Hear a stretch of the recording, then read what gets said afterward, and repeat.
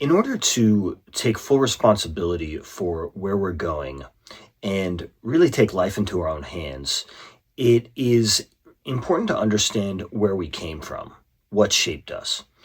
And one of the major things that shapes most of us is school, and very often in negative ways. And as we reflect on that, and also as we read more about modern schooling, it can become really clear to us that the school system sets people up to be exploited.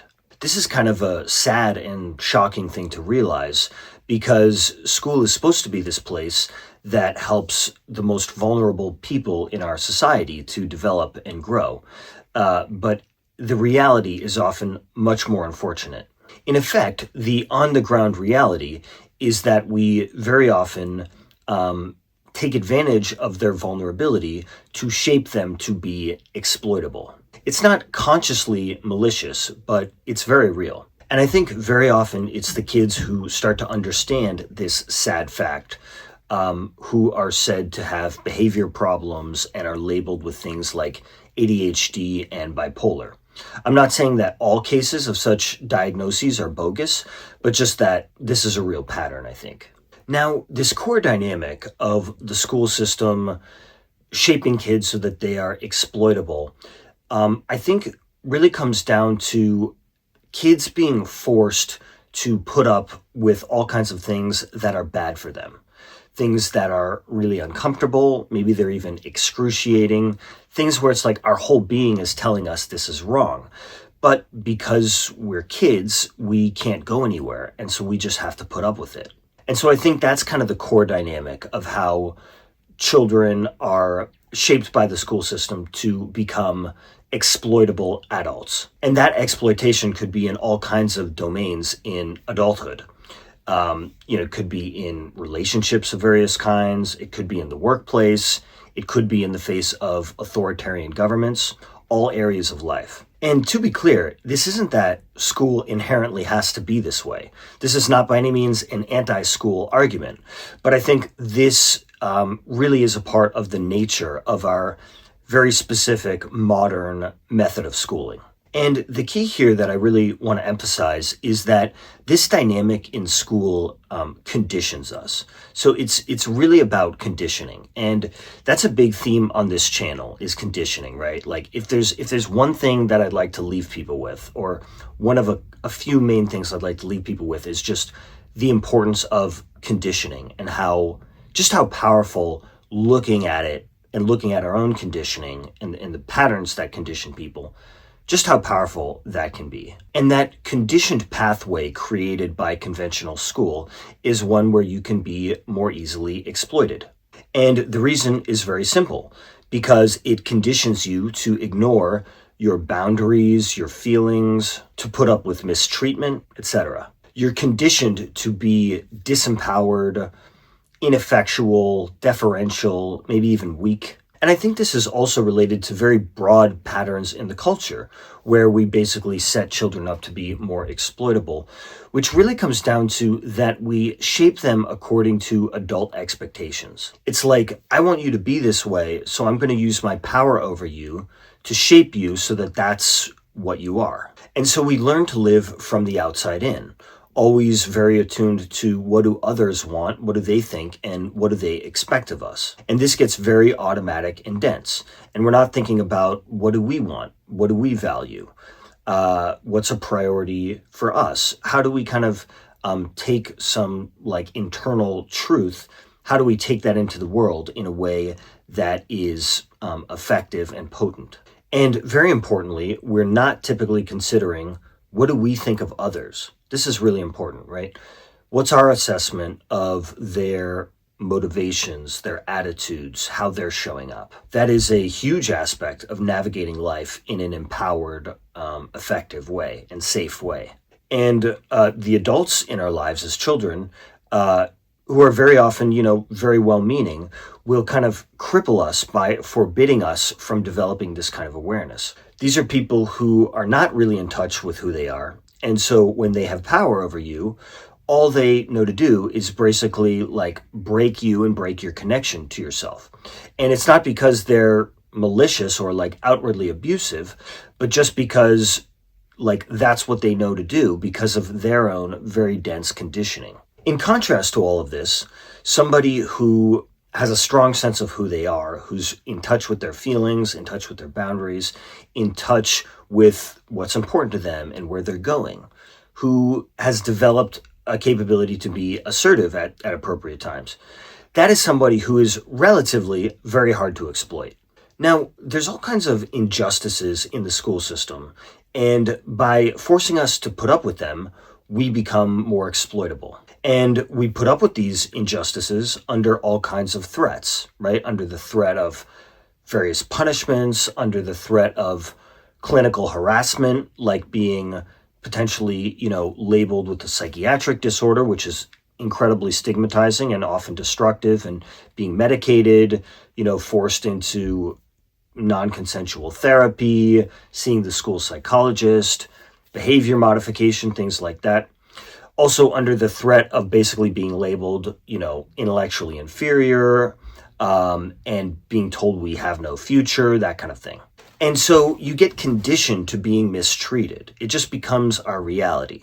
Sadly, it kind of becomes home for some people. And if the school system weren't conditioning you to be more exploitable, it would actually value and prioritize, it wouldn't be an afterthought, it would prioritize self-exploration and the discovery of your own boundaries. They don't do that because then you wouldn't adjust to an authoritarian school system. Now, what are these injustices? Well, here are just some of them. One is we are forced to comply with authorities that we have no relationship with, and we're forced to comply with them regardless of our assessment of their legitimacy and competence. And so we feel like this is wrong, but we just kind of have to push that down. And if we don't, we experience coercion and harassment. Another is we have to put up with arbitrary and stupid rules, like getting permission to go to the bathroom, right? Like what we do with every hour of our day. Another big one, I would argue, is Orwellianism,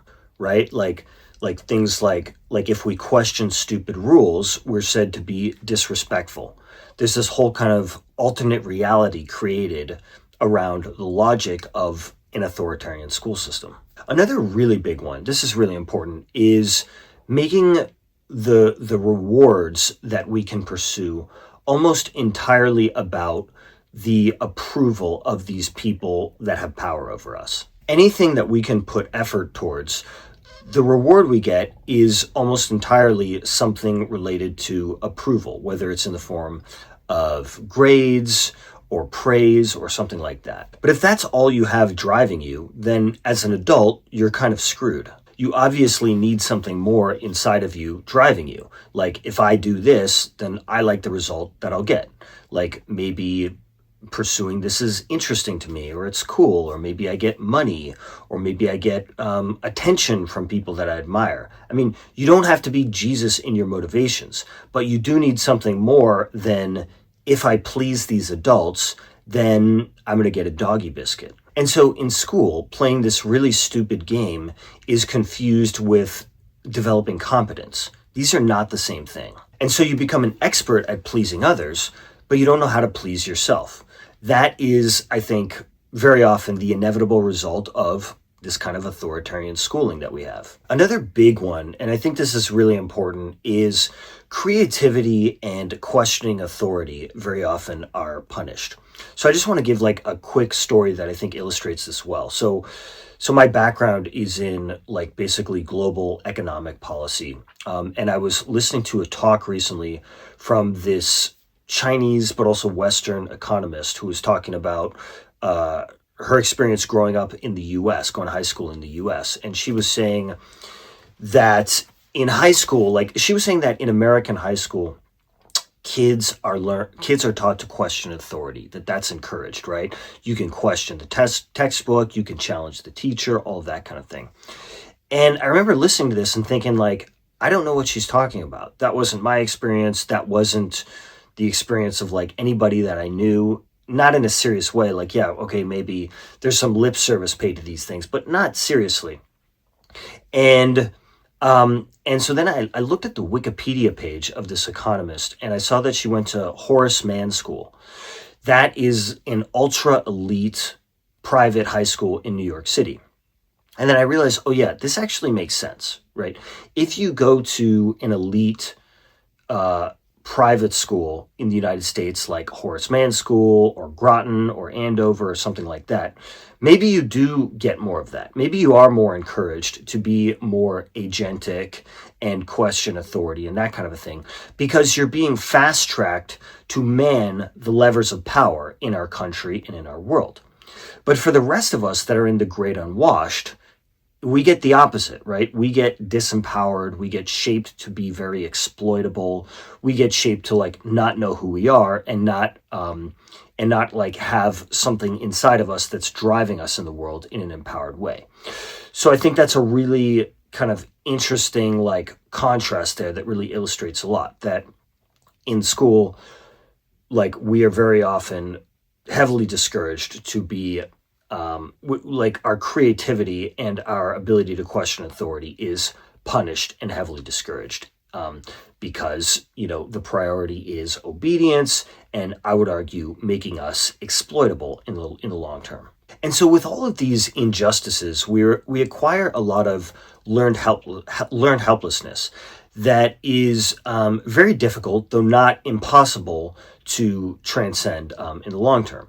So we go through this, we're shaped this way, and then as adults, we get sold therapy to learn boundaries. And one thing that I think is important to just discuss here as kind of a reality check, as like a sanity check, is that very often, like as kids, if we're struggling against these things, if we're kind of suffering in them, like we're feeling the injustice of the system, often we will have adults around us where it's like ostensibly it seems like they're being supportive, right? It's like maybe they're present with us, they're talking with us about these things, but the kind of the underlying attitude that's driving them is what you're feeling, what you the kid are feeling is wrong. How the system operates is correct and good for you, and you have to adjust to it. So it's like ostensibly, it seems like they're being emotionally available, but they're really not. And this can be really confusing because it's like we feel what's really going on, but we might also kind of like be essentially like, gaslit into believing that we are being, treated well. And what I think this conditioning means is that as adults, like on a day-to-day basis, we have a lot of fear and insecurity driving us. And often it's just like so dense, right? So it's like we're not conscious of it. And like maybe if we do become a little bit conscious of it, it's just like this huge wall and we just kind of give up and we just think that that's who we are. But it's not who we are. And as we bring more and more awareness to it, we can like diminish it over time and come from a much more true, much more empowered place in ourselves. And the real beauty is as you become more conscious of all of that fear, you then have the ability to make different choices. And as you make different choices, ones that you feel like are more aligned with who you are, then you start to have different and better thoughts and feelings, and it just kind of becomes like a virtuous cycle over time. It's not a quick thing, but it's a virtuous cycle. And what I'll end with here is I think there's a really interesting larger social question to all of this. So like if we look at our world today, if we look at the things that people really care about and are really concerned about, issues like extreme inequality and like authoritarianism, which seems like something that people on both sides of the aisle, so to speak, are concerned about. I think I never see an acknowledgement of like a deeper human dimension that might be underpinning that. And that's where I think like this topic comes in, because if the population is shaped in childhood to be disempowered and deferential and exploitable, then that is what's going to underwrite so many of the things in our society that concern us. And what concerns me more than anything is what seems like a near total lack of awareness of this. There is some awareness of this in like very niche corners, but it's not mainstream at all. It's not mainstream discussion. It's not something that most people are aware of or think about. And the only way to even begin to potentially solve a problem is to first acknowledge that it exists. So these are my thoughts on this, I think, really important and really scary topic of how the school system sets people up to be exploitable. I am going to have more videos that kind of touch on adjacent issues and sort of help to kind of paint the larger picture, I think, of what's going on here, and also in a practical sense, how we can develop ourselves and how we can grow. So please subscribe to the channel if you haven't done so already, and also like hit that little bell thing, you know what I'm saying, so that you get notified when I have new videos. And please also share this video with anybody who you think it might be relevant for. My goal is really to just get these things out there to the people that most need them. So I appreciate your help with that. Thank you for watching this all the way to the end, and I look forward to having you for the next one.